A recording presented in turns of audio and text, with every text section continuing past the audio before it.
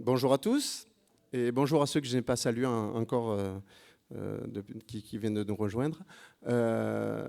Merci de vous être rendus aujourd'hui pour ce culte en plein été, presque caniculaire, on va dire.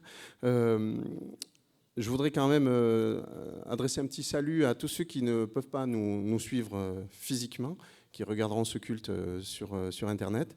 Alors que ce soit pour cause de maladie, cause de vacances, etc. Donc qu'ils sachent qu'ils sont avec nous malgré tout. Et avant de commencer ce culte, prions. Oui Seigneur, merci encore une fois pour le privilège de pouvoir venir te louer en toute liberté. Nous pensons à tous nos frères et sœurs qui sont opprimés aux quatre coins du monde. Et nous voulons te les remettre, Seigneur, que tu puisses les bénir et les fortifier. Et bénis ce culte, Seigneur, et que toute parole, toute prière, tout chant soit en ton honneur, Seigneur, et pour ta seule grâce. Amen. Donc, vous l'avez compris, on est là pour louer, on est là pour adorer. Et je vais vous proposer 2 chants pour commencer. Donc, ceux qui peuvent se lèveront. Et je vais vous proposer de chanter avec des cris de joie et chantons car Dieu est là.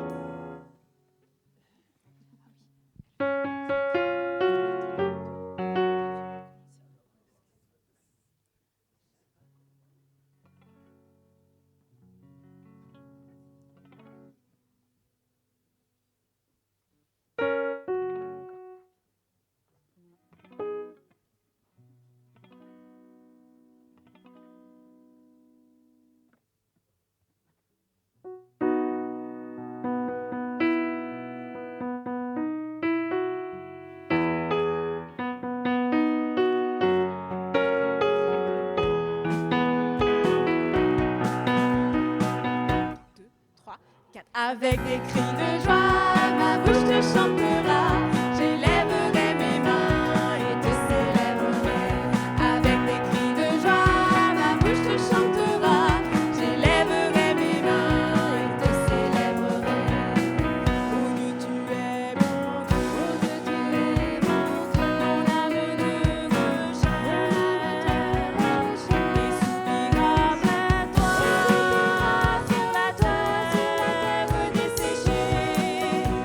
Avec des cris de joie.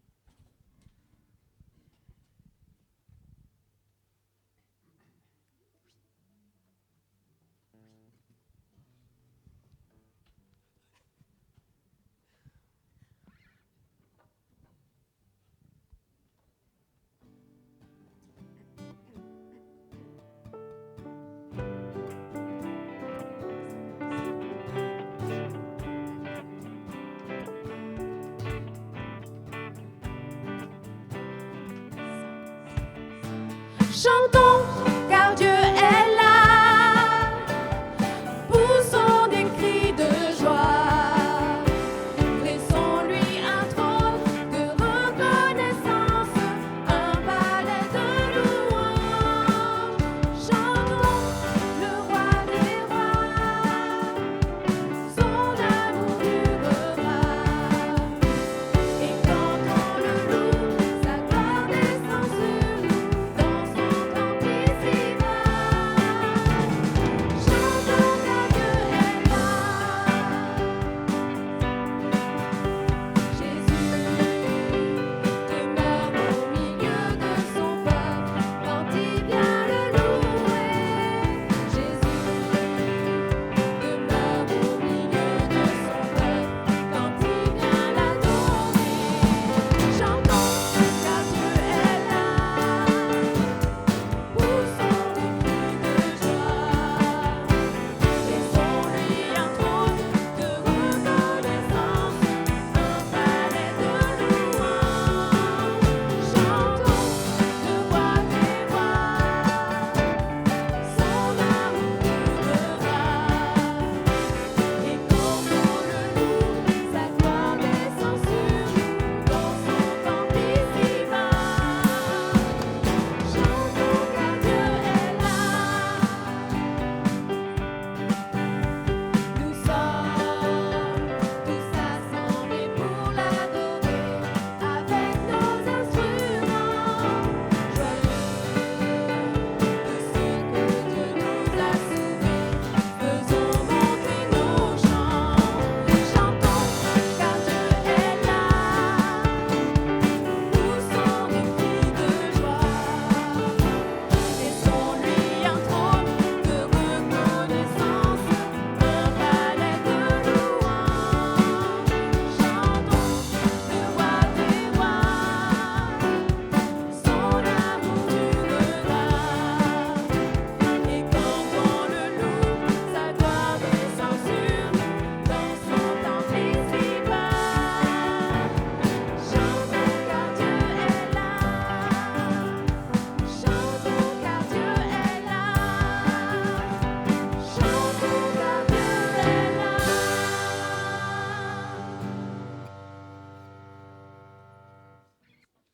Vous pouvez prendre place. Oui, on a raison de chanter car Dieu est là, parce que, comme vous le savez tous, il suffit que 2 personnes soient assemblées en son nom pour qu'il soit avec elles. Donc oui, chantons car Dieu est là aujourd'hui. Et je parlais tout à l'heure des vacances, et c'est vrai qu'on prend tous des temps de vacances, etc. On est tous absents pour diverses causes, et pour la bonne cause. Hein, ça, Dieu ne nous demande pas de ne pas prendre de vacances, mais il faut prendre garde que les vacances corporelles ne soient pas des vacances spirituelles aussi, comme il nous a été dit dernièrement. Il faut veiller. Et je vous propose une petite lecture dans Psaume 121, versets 4 et 5, qui illustre un petit peu le fait que Dieu, lui, ne prend jamais de vacances. Il est toujours avec nous, quelles que soient les circonstances. Lisons. « Voici, il ne sommeille ni ne dort, celui qui garde Israël. L'Éternel est celui qui te garde. L'Éternel est ton ombre à ta main droite. » Et à titre d'illustration, je vous propose de vous relever une nouvelle fois et pour entonner ce cantique qui s'appelle « Notre Dieu ».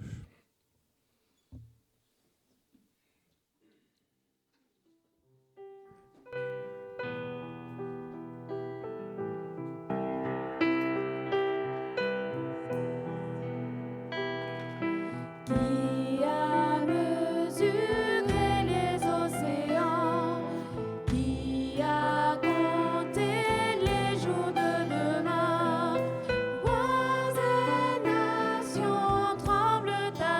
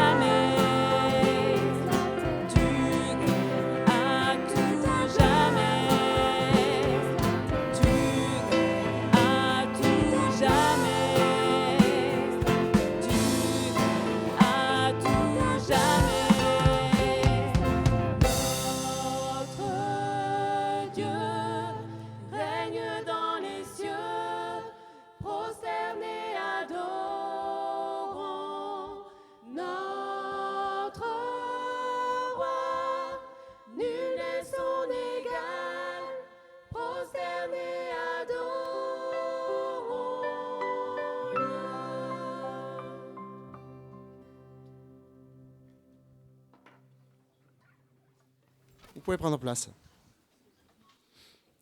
Et pour filer la métaphore, je vous propose de continuer à adorer notre Dieu, mais par des prières libres cette fois-ci.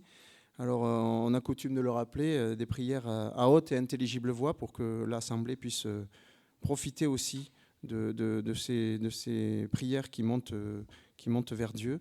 Et je terminerai moi-même par une prière.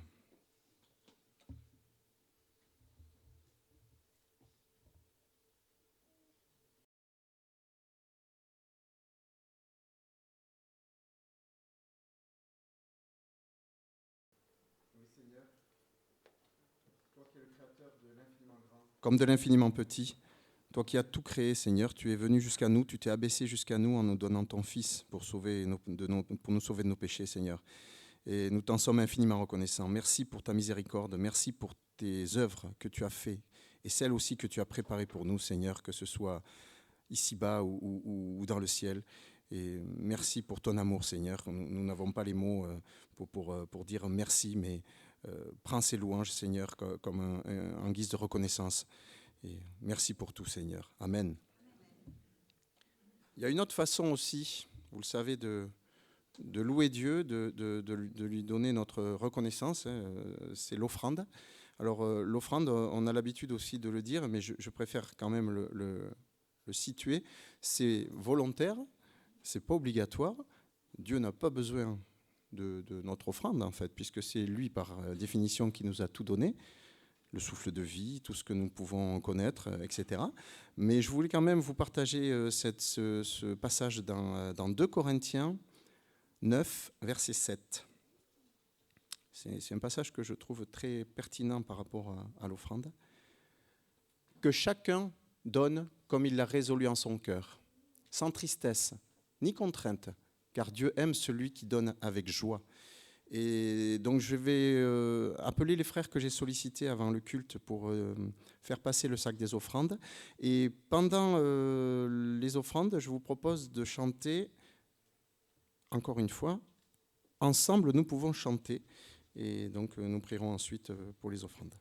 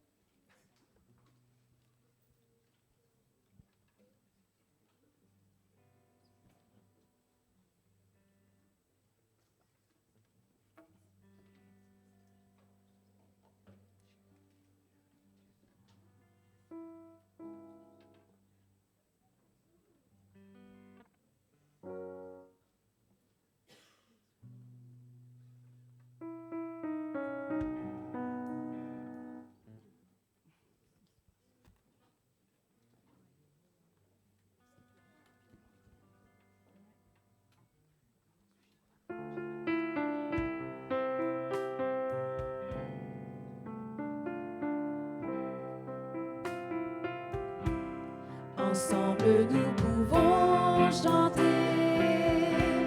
ensemble nous pouvons prier, élever nos voix et adorer celui qui nous a réunis. Ensemble nous pouvons donner, ensemble nous pouvons porter nos fardeaux, nos joies et proclamer l'amour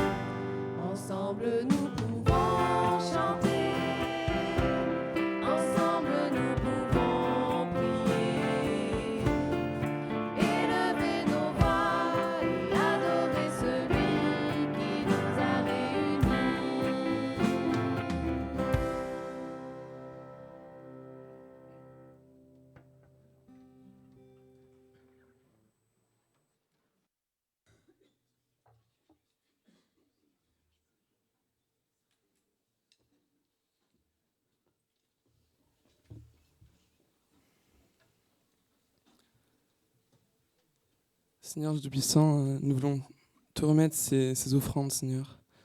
Nous voulons te remettre ces biens, Seigneur, entre tes mains, Seigneur. Donne-nous la sagesse pour les utiliser, Seigneur, pour ta gloire, pour l'avancement de ton royaume. Que vraiment, Seigneur, nos pensées, nos actions soient dirigées pour ta gloire, Seigneur, et que par ces dons-là, Seigneur, tu puisses accomplir tes plans merveilleux, Seigneur, ta volonté, Seigneur, et que vraiment ça puisse servir, Seigneur, à l'avancement de ton royaume, à la conversion de cœur, Seigneur, et vraiment pour le bien de tous, Seigneur, pour le bien de tes enfants, Seigneur, pour le bien de ton Église. Au nom de Jésus, Seigneur. Amen.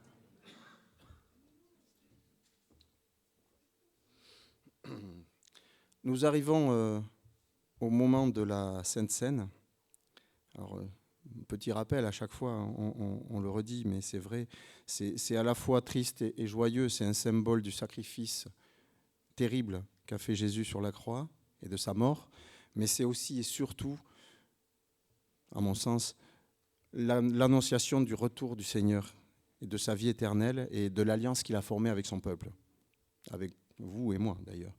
Donc, c'est deux sentiments partagés, mais en même temps, c'est le sentiment positif qui doit l'emporter. Je vais vous proposer de chanter 2 chants, coup sur coup. J'ai l'habitude, et je trouve que c'est une bonne habitude, parce que c'est la mienne, de demander aux gens de ne pas se lever pour chanter les chants avant la scène, parce que ça permet de mieux s'imprégner, je trouve, des paroles. Et donc, les 2 chants qui viennent, c'est « Si vous saviez quel sauveur je possède » et « Tu es venu jusqu'à nous ».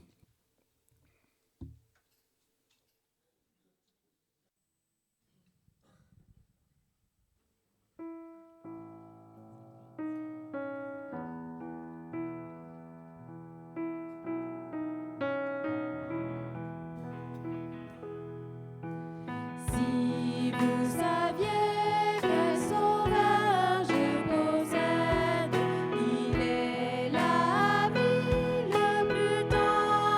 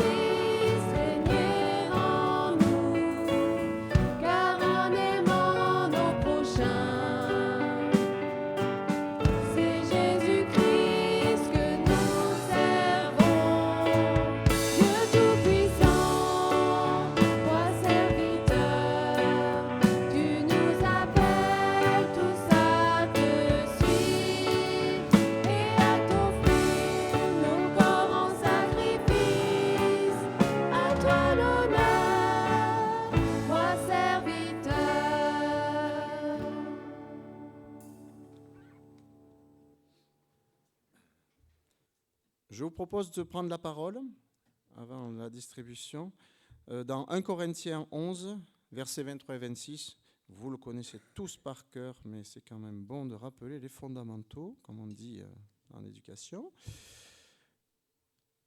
Car j'ai reçu du Seigneur ce que je vous ai enseigné. C'est que le Seigneur Jésus, dans la nuit où il fut livré, prit du pain, et après avoir rendu grâce, le rompit et dit, « Ceci est mon corps, qui est rompu pour vous. Faites ceci en mémoire de moi. » De même, après avoir soupé, il prit la coupe et dit, « Cette coupe est la nouvelle alliance en mon sang. Faites ceci en mémoire de moi toutes les fois que vous en boirez, car toutes les fois que vous mangez ce pain et que vous buvez cette coupe, vous annoncez la mort du Seigneur jusqu'à ce qu'il vienne. »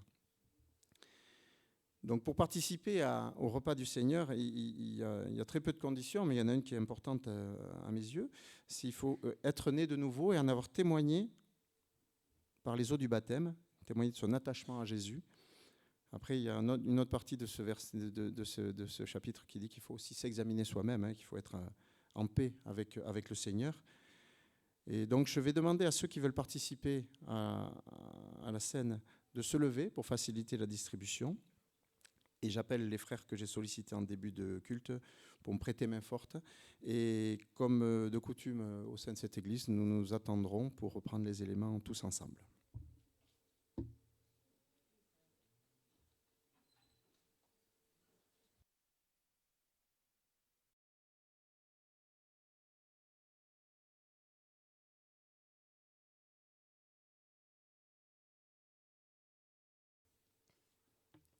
Prions. Seigneur Dieu puissant, quand tu es monté sur cette croix, tu le savais. Tu savais qu'on allait te clouer. Tu savais que l'on allait déchirer ta chair. Tu savais qu'on allait te faire souffrir. Mais quand tu es monté, Seigneur, tu pensais à nous. Tu l'as fait par amour pour nous. Tu l'as fait pour nous offrir une nouvelle nature, pour que nous soyons tes enfants graciés et justifiés par ton corps offert en sacrifice. Alors nous voulons te dire merci, Seigneur, parce que tu es mort, mais tu es revenu à la vie pour nous. Nous voulons te dire merci, Seigneur, parce que tu as pris ces souffrances pour nous et que tu as pris notre place, que tu nous as offert la joie, l'amour, la grâce et le pardon. Alors merci, Seigneur. Merci pour ton sacrifice et merci pour cette nouvelle nature. Au nom de Jésus, Seigneur. Amen. Prenons le pain.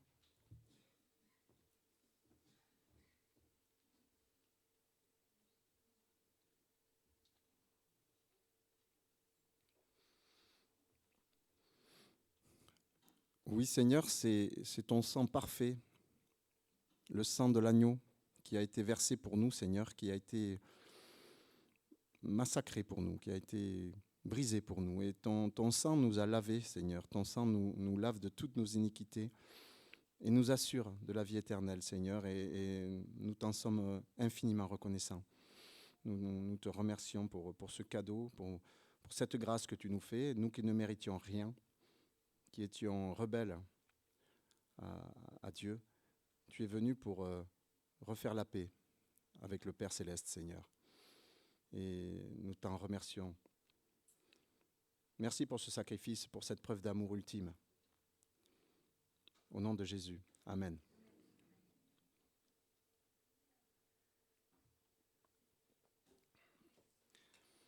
Pendant que les frères ramassent les coupes, je vous propose de tous vous lever et de chanter « Ô Jésus, je t'aime ».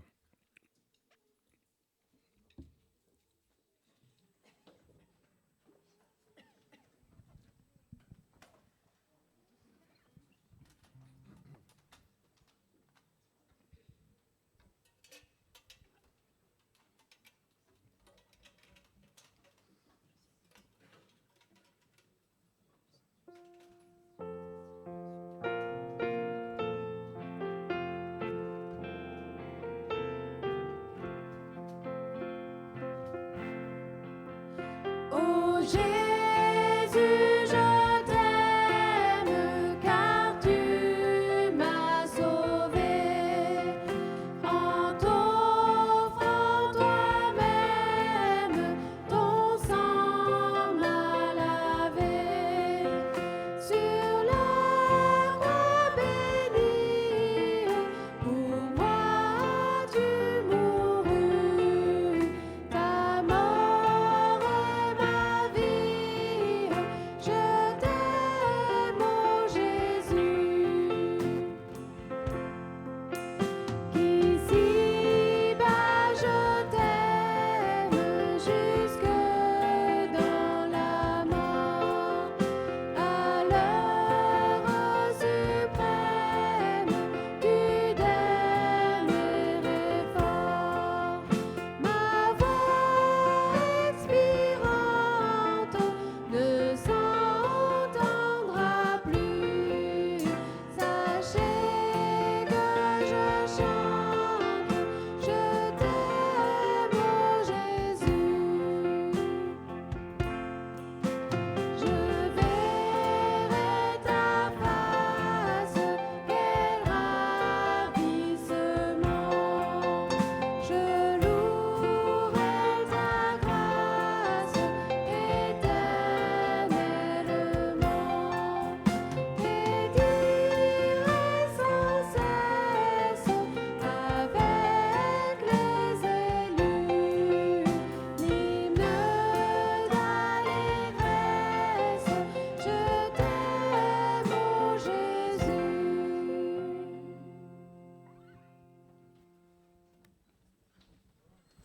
Vous pouvez prendre place.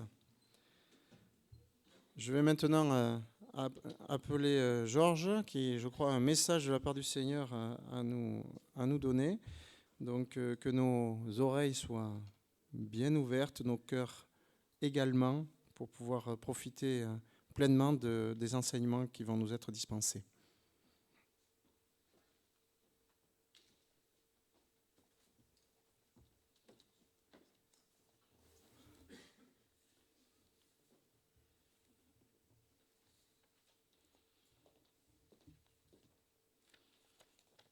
Bonjour à vous tous. Nous avons chanté « Mon Sauveur vous aime, à chercher en lui votre ami suprême, votre seul appui ». Et puis, nous avons chanté aussi « Tu nous appelles tous à te suivre et à t'offrir nos corps en sacrifice ». Je vous propose de prier. Seigneur notre Dieu, oui, tu nous appelles tous. Tu nous appelles, Seigneur, parce que tu es ce Dieu d'amour, ce Dieu qui nous aime. Tu es ce Dieu, Seigneur, qui veut que nous puissions, pas simplement intellectuellement dans nos têtes, te suivre, mais tu es celui, Seigneur, qui regarde les cœurs et tu veux des cœurs vrais, des cœurs humbles, simples, peut-être imparfaits, parce que l'homme est imparfait, mais c'est auprès de toi, Seigneur, que nous avons le salut, parce que tu as tout accompli sur la croix. Et ce matin, nous te prions, Seigneur, que tu conduises ce qui va être dit, que ton esprit parle à mon cœur, à notre cœur, à chacun de nous et à ceux qui peut-être écouteront ce message. Merci de pouvoir nous en remettre à toi tels que nous sommes. Merci de ton amour et conduis toutes choses maintenant. Au nom de Jésus, Amen. Oui, ce matin, j'avoue que j'ai chippé à droite, à gauche, ce que nous allons partager maintenant. Vous savez, il y a 2 semaines, je ne sais pas si vous vous rappelez, notre frère Garcia avait intitulé son message « Tout ou rien ». Je ne sais pas si vous vous en rappelez. Et en introduction, il nous avait montré une image que j'aimerais vous remettre, l'image qu'il nous avait partagée. Je ne sais pas si vous vous rappelez, c'était 2 robinets, dont un a 2 robinets, c'est-à-dire pour mettre eau chaude et eau froide, c'est un mitigeur. On peut avoir l'eau tiède. Et l'autre, où il y a intitulé « Tout ou rien ».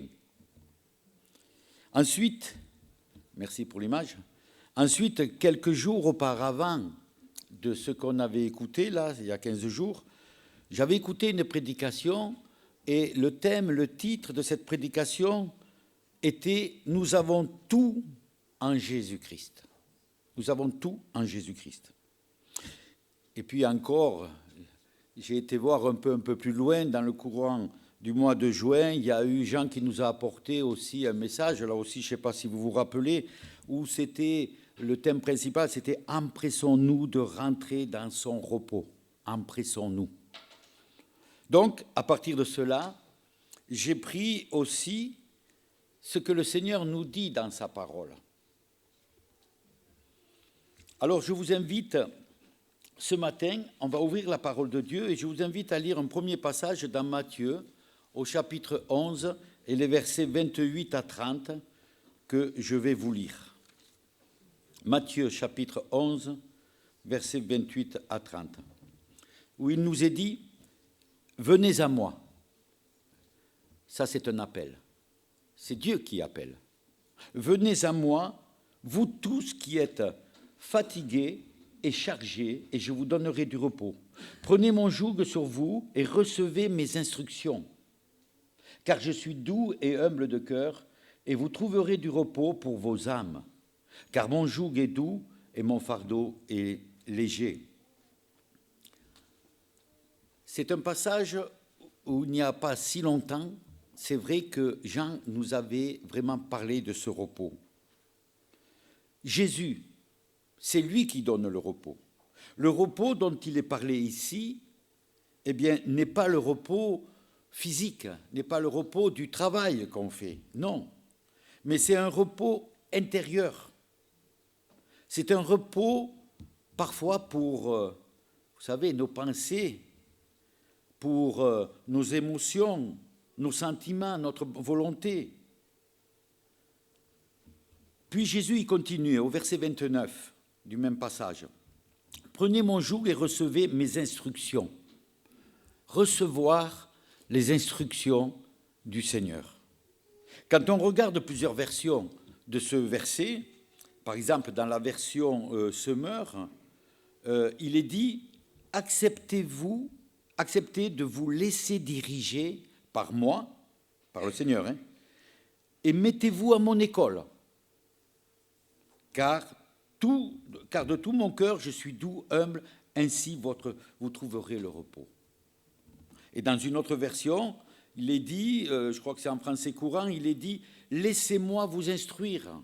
Comme là, on vient de lire « Écoutez mes instructions ». Et dans une autre version, il est dit aussi « Apprenez de moi ». Oui, nous avons besoin d'être instruits par le Seigneur. Parce que sans lui, sans son instruction, on n'est rien. Cela veut dire que c'est vrai qu'il y a bien des choses désagréables qui peuvent venir dans nos vies, des choses que nous ne voudrions pas affronter. Il y a des difficultés et on n'aime pas les difficultés. On n'aime pas des situations parfois qu'elles sont douloureuses et même parfois elles sont pénibles. Nous croyons que Dieu, bien sûr, ne nous tente pas par le mal ou des choses qui sont mauvaises, non, mais qu'il utilise ces choses pour notre maturité spirituelle. Le verset 28 du chapitre 11 de Matthieu, « Apprenez mon joug et recevez mes instructions. » On l'a dit, ou laissez-vous diriger, mettez-vous à mon école, apprenez de moi. Cela demande une attention particulière. Être à l'écoute du Seigneur, à écouter ses instructions. Vous savez, si je veux développer mes muscles, cela demande un exercice. Et cette semaine, j'ai discuté avec ma petite nièce, la fille d'Olivier, qui est là d'ailleurs. Elle me disait qu'elle faisait de la musculation. C'est bien, elle se donne 3 fois par semaine parce qu'elle veut avoir des muscles. Et moi, je me dis, mais si nous voulons aussi être remplis de l'Esprit de Dieu, on va faire des efforts, parce que les efforts qu'elle fait, c'est pas facile, il faut de la persévérance, il faut même parfois se faire mal. Moi, j'ai fait du sport, eh bien, des fois, il fallait se faire mal pour pouvoir y arriver. Est-ce que j'ai le même enthousiasme à écouter et à faire les instructions que la parole de Dieu me dit? Les choses ne peuvent pas se développer en nous si on n'a pas une raison, si on n'est pas persévérant, si on n'a vraiment pas ce désir à arriver à faire quelque chose. Nous sommes invités et nous sommes demandés à être à l'école du Seigneur, invités à apprendre et à apprendre de Dieu, à exercer les enseignements de Dieu, à apprendre à porter le joug de Jésus qui est doux, léger et humble.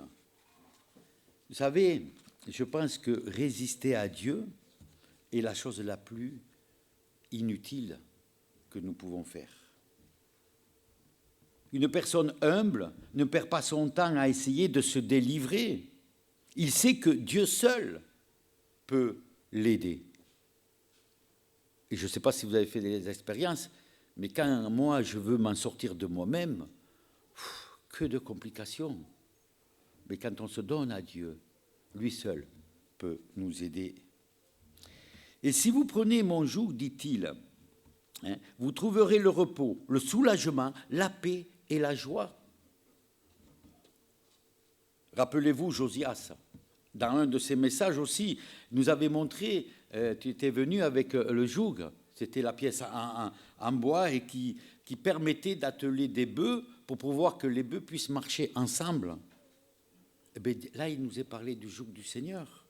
Et je ne sais pas si vous vous rappelez du message de Josias aussi, c'était le fait de pouvoir marcher avec son Sauveur et son Seigneur. Marcher en portant ce joug nous donne le vrai repos et nous devons être attelés à Jésus-Christ.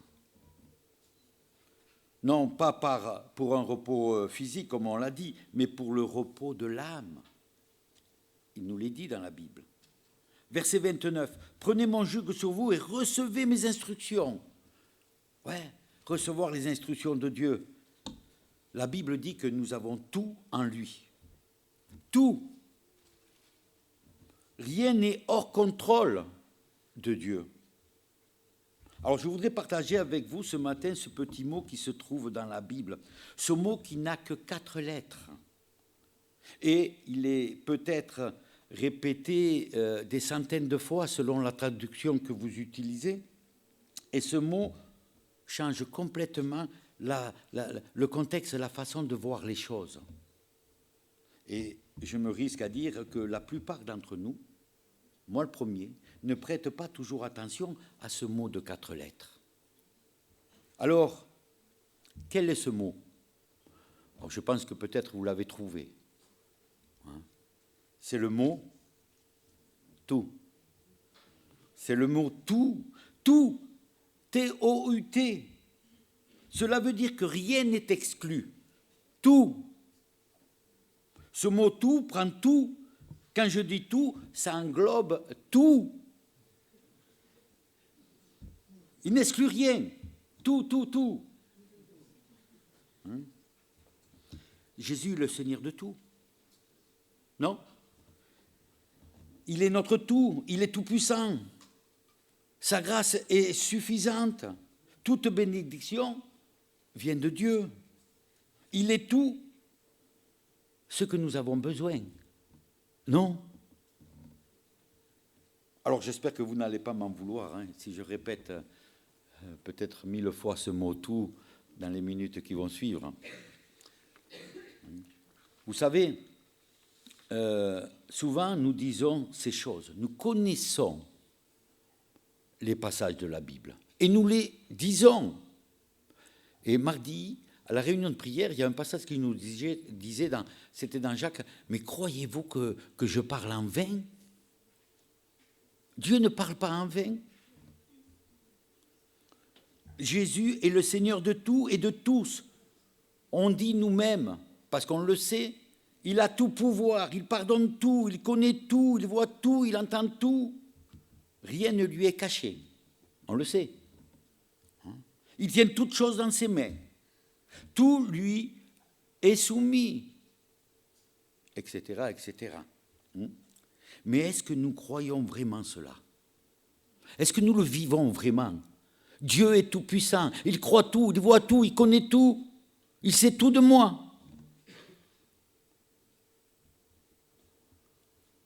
Quand nous rencontrons des problèmes, nous disons « Oh, purée, je ne m'attendais pas à cela. Pourquoi ça m'arrive à moi ?» Mais Dieu sait tout depuis le début. Il sait quand tu passes dans la vallée des difficultés, il le sait. Il a déjà un plan pour que nous puissions nous en sortir, parce qu'il connaît tout. Écoute ses instructions. Apprenons de lui, soyons à son école. Dieu a résolu tous nos problèmes avant même que nous les ayons. Il le savait. Il est le Tout-Puissant. Il est omniprésent. Il est omniscient. Il est tout. Il est vrai que nous pouvons vivre la vie comme nous voulons, en connaissant même les choses. Il connaît tout.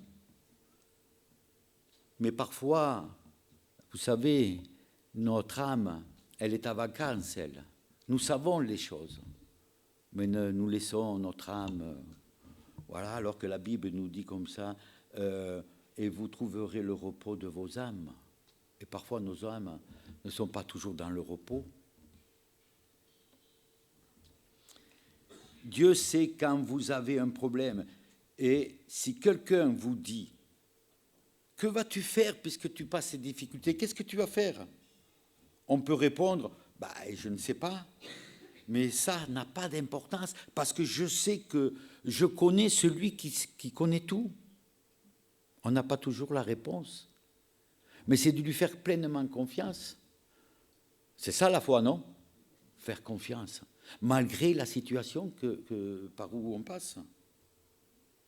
Oui, Dieu sait tout et il fera ce qu'il voudra et quand il voudra. On ne sait pas tout, heureusement d'ailleurs. Car si nous croyons savoir tout, nous ne nous soumettrons pas à lui. Quand on ne sait pas tout, eh bien, on se dit, Seigneur, toi, tu connais tout. Dieu veut que nous fions, que nous faisions pleinement confiance en lui, même quand nous ne comprenons pas. Je ne comprends pas ça, mais Dieu le sait. Il veut que nous ayons confiance en lui quand tout semble difficile, même quand cela est insupportable. C'est pas facile, hein? Il veut nous entendre dire une chose, Dieu, je te fais confiance.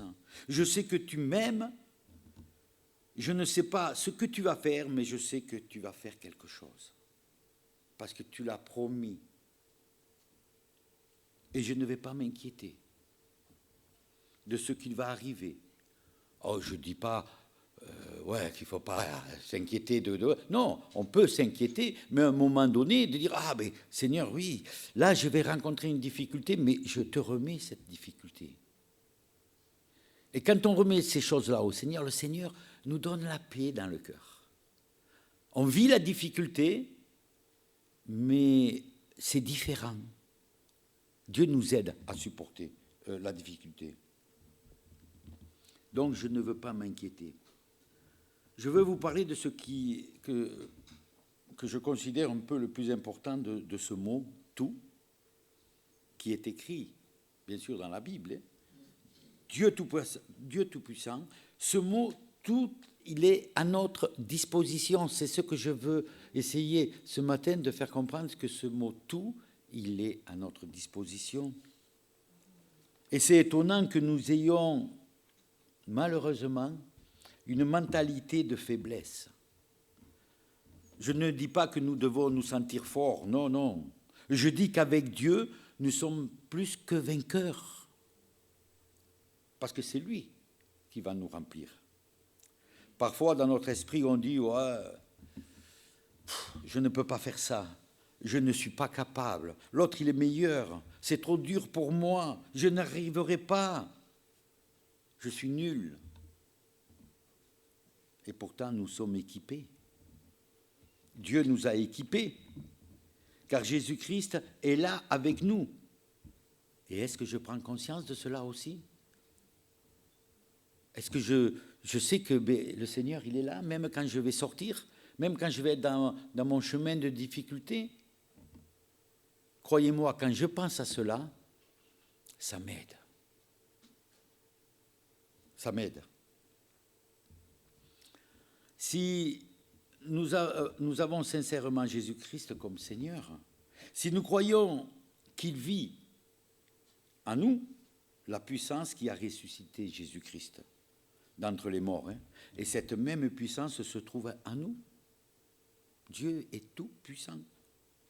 Alors, oublions, oh je ne sais pas, oh je n'y arrive pas, oh c'est trop dur pour moi, c'est compliqué, tu ne peux pas comprendre. Peut-être que moi je ne comprends pas, mais le Dieu le sait. Oublions tous ces mots. Oublions aussi, vous savez, les mais. On en avait parlé une fois. Oui, mais tu comprends, c'est difficile pour moi. Oui, mais. Ne restons pas dans nos craintes. D'ailleurs, dans la Bible, il est dit peut-être plus de 300 fois, ne crains pas, fais confiance. Dans Philippiens au chapitre 4, Philippiens chapitre 4, verset 13, voilà ce que nous dit la parole. Philippiens 4, verset 13, je puis tout par celui qui me fortifie. Matthieu, chapitre 28, versets 18 à 20. Matthieu 28, versets 18 à 20. Jésus s'étant approché, leur parla ainsi. Tout pouvoir m'a été donné dans le ciel et sur la terre. Verset 19. Allez, faites de toutes les nations des disciples, les baptisant au nom du Père, du Fils et du Saint-Esprit. Et verset 20. Et enseignez-leur à observer tout. Encore ce mot tout ce que je vous ai prescrit. C'est bon pour chacun de nous d'observer tout ce qui est prescrit dans la parole de Dieu.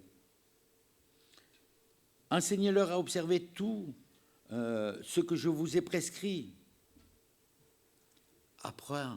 Apprenez de moi, sois à mon école.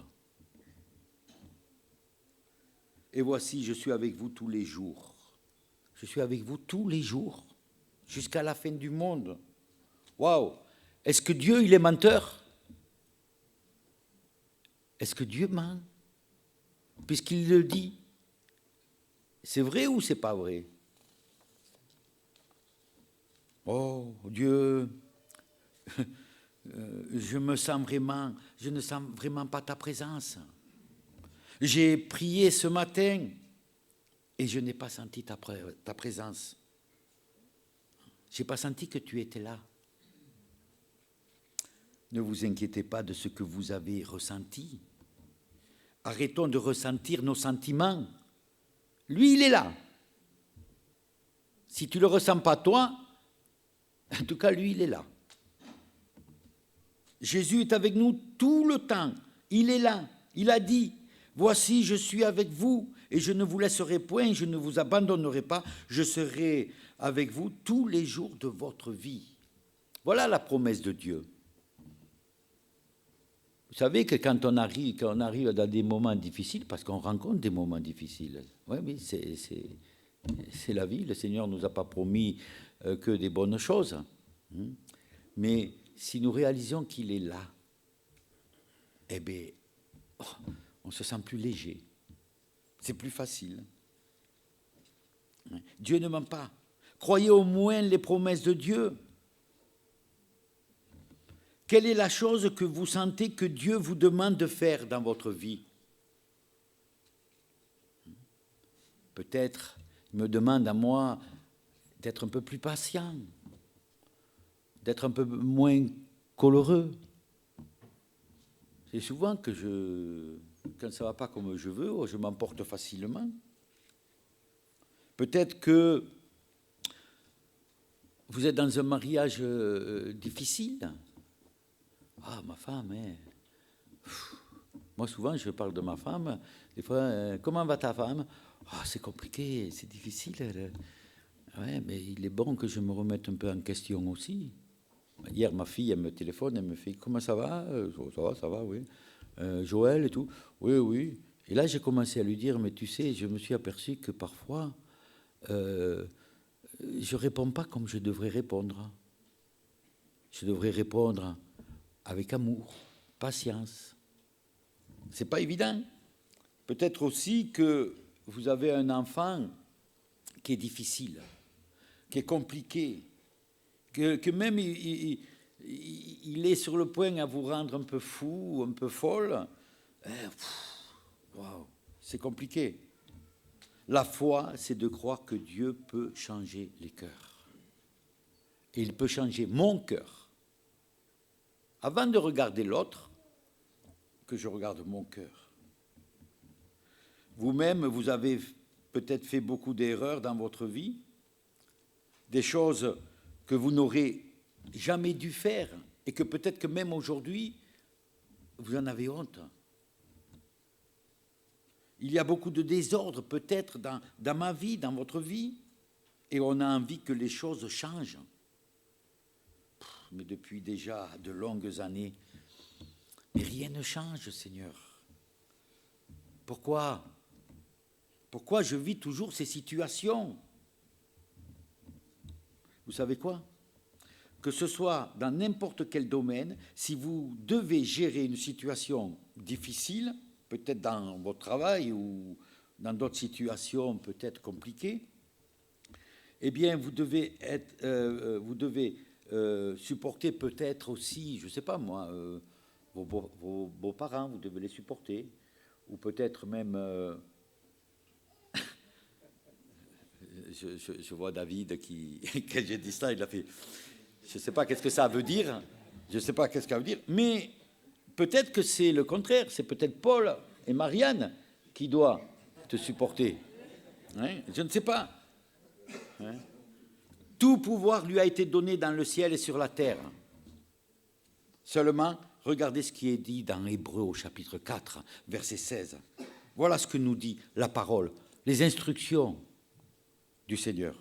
Il nous est dit, Hébreux 4, verset 16, « Approchons-nous donc avec assurance du trône de la grâce afin d'obtenir miséricorde et de trouver grâce pour être secourus dans nos besoins. » Waouh! Ce verset nous invite à nous approcher plus près, et plus près encore, et encore plus près du trône de la grâce de Dieu. Ouais, je m'approche du trône de la grâce de Dieu, mais peut-être que j'ai encore des mètres à faire pour m'approcher encore plus de ce trône-là.